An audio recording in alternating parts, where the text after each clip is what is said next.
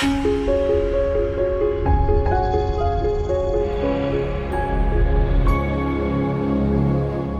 this video, we will present the parallel execution of the SCADA Action₀GRID and Action!EMS.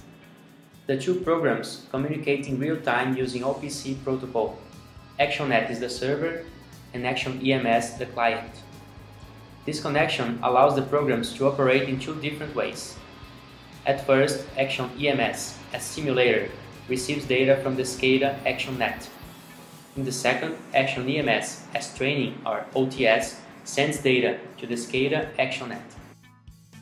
In simulation mode, the SCADA feeds the electric model represented by Action!EMS. That is, all it gets from the field, it transmits to the EMS, allowing the operator to have a similar view of what's happening in the field, as long as the model parameters are correct, of course. If the operator wants to simulate an action before running it in the field, he must simply disconnect the SCADA and the EMS, simulate the action in the EMS, and then himself, depending on the result, run it on the field.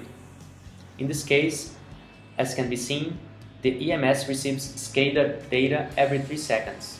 As an example, we first open and close the circuit breaker feeder A8 to show that the connection is okay. Further, to make a contingency analysis, we disconnect the SCADA so it does not send real data to the simulator. Thus, the EMS will have access to the exact situation prior to this connection. As a 3-phase short circuit is simulated in the substation bar number 3, we can observe the performance of protection feeder A4.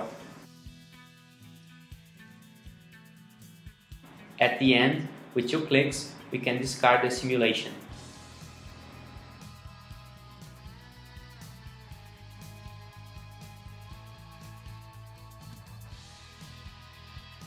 In training mode or OTS, EMS feeds the SCADA with process data. Any structure must create an initial condition in the EMS and on it apply a set of disorders. In response to these disturbances, the EMS will act similarly to the modeled process, causing alarms and events in the SCADA. The technical training in response should minimize disturbance through commands executed on the SCADA. In the following example, we configure the EMS with current data from the SCADA in simulation mode, and then we enter in training mode, in which the instructor can cause disruption. As we follow, the Action!EMS program is activated and we select the application that models the electric plant represented in the SCADA. This is a plant of a paper industry with some substations, 2 generators and a connection with CPFL, that is a power transmission company in Brazil. In the Action!EMS toolbar, we select the SCADA button, which opens a window for the technician to set how to connect with the SCADA. In this case, the option simulation is initially selected and the sampling period is of 3 seconds. After connecting, the SCADA will serve in OPC the active and reactive power data, as well as the states of the breakers. A double click in any asset will open its parameter window. For example, data from a generator,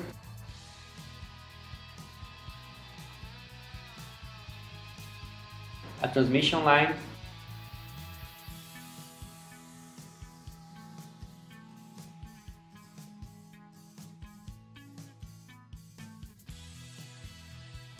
and a load. With these parameters, you can have, for example, the name of the SCADA tags that contain the value of the real and reactive power of this load. Whenever this varies in the SCADA in the debug window, it should vary in the Action!EMS.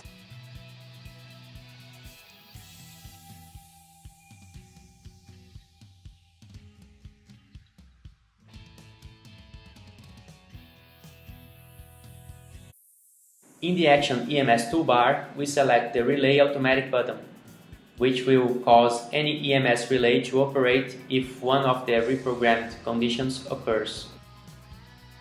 As we follow, we change the connection from training or OTS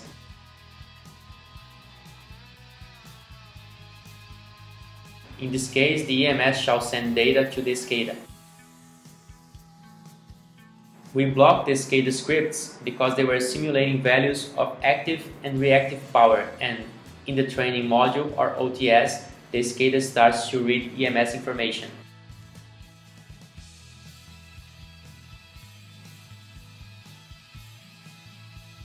In the Action EMS toolbar, once again, we select the 3-phase short circuit button and apply a short circuit in the substation bar number 3, causing the performance of the protection of the feeder breaker 4, both in Action EMS and in the SCADA.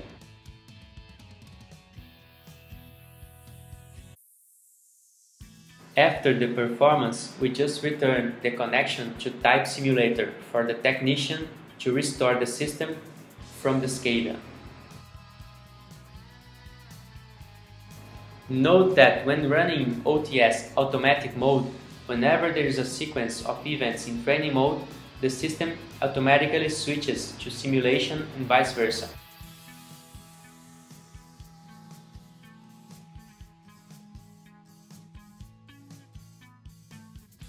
Once in simulation mode, in the example, the technician, through the SCADA, closes the breaker of feeder A4, restoring the system.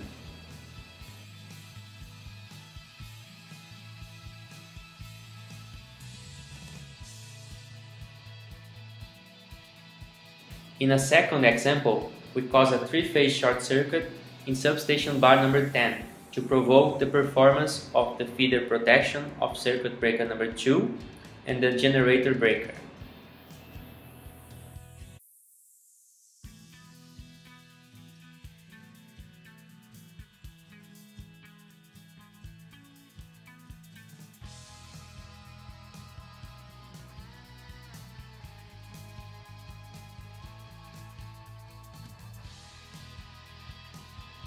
To restore the system, we return to simulation mode, and from the SCADA, we command the breakers newly enacted by the protections.